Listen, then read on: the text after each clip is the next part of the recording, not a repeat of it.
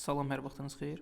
Artıq Dövlət İmtahan Mərkəzi tərəfindən 19 aprel tarixində imtahanda iştirak edəcək abituriyentlərin və vəkillərin, məzunların imtahana buraxış vərəqəsi Dimqova saytına yerləşdirilmişdi. İndi buna necə baxmaq lazım olduğunu sizin diqqətinizə çatdıracağam. İlk öncə Google axtarış sisteminə daxil oluruq və burada axtarış yerinə Dimqovaz yaza bilərsiniz, yaxud Dövlət İmtahan Mərkəzi yaza bilərsiniz. İndi biz Dimqovaz yazırıq və ekranda asılan birinci səhifə olan Dövlət İmtahan Mərkəzi yazısı. Onun üzərindən vururuq. Və burada 2 dənə xana var. 19 apreldən bağlı. Birinci, əvvəlki illərin məzunları, yəni köhnə illərdə məktəb bitirənlər daxil olacaqlar birinci xanaya. 11-ci sinif şagirdləri isə ikinci xanaya daxil olur. İndi biz birinci xanaya daxil oluruq və burada bizdən şəxsi kabinet soruşur və şəxsi kabinetə daxil olacağıq. Şəxsi kabinetin burada istifadəçi adı, yəni fin koddur və təbii ki, fin kod köhnə və yeni vəsiqələrdə harda olur onu sizə göstərəcəm. Əvvəlcə köhnə vəsiqələrdə fin kodun harda olduğuna baxırıq. Burada görürsünüz işarələnmiş son 8 rəqəmindən 7-si bizim fin kodumuzdur.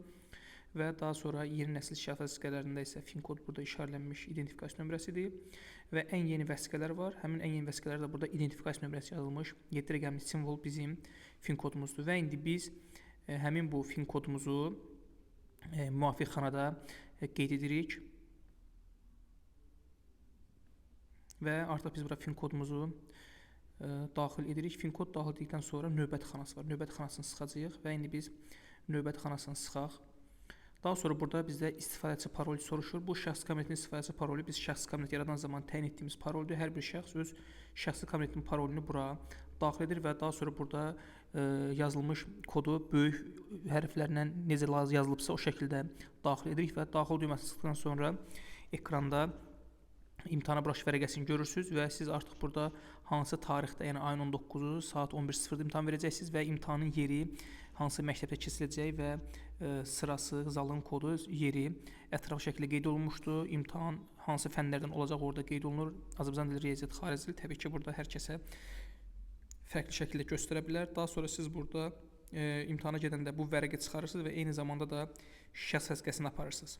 Və bundan başqa imtahanda hansı qaydalara əməl etmək lazım olduğu barəsində burada təlimatlar var. Həmin bu təlimatlara siz daxil ola bilərsiniz. Burada ümumi şəkildə nələr qadağandır, yaddaş kitabçasında qeyd olunmuşdur. Bir daha xatırladım, imtahana gedəndə bunu çıxartmırsınız. Sadəcə imtahana buraxış vərəqəsini bayaqkını çıxarırsınız və eyni zamanda şəxsi vəsiqənizi özünüzlə bərabər aparırsınız və burada imtahanların hansı fənlərdən olduğu və hansı tərkibdə suallar olacağı qeyd olunmuşdur. Yəni bu şəkildə siz artıq imtahanda iştirak edirsiniz. İmtahanda çalışan qaydalara riayət edin. Çünki qaydalara riayət etməsəz siz imtahandan kənarlaşdırılacaqsınız və nəticələriniz ləğv olacaq.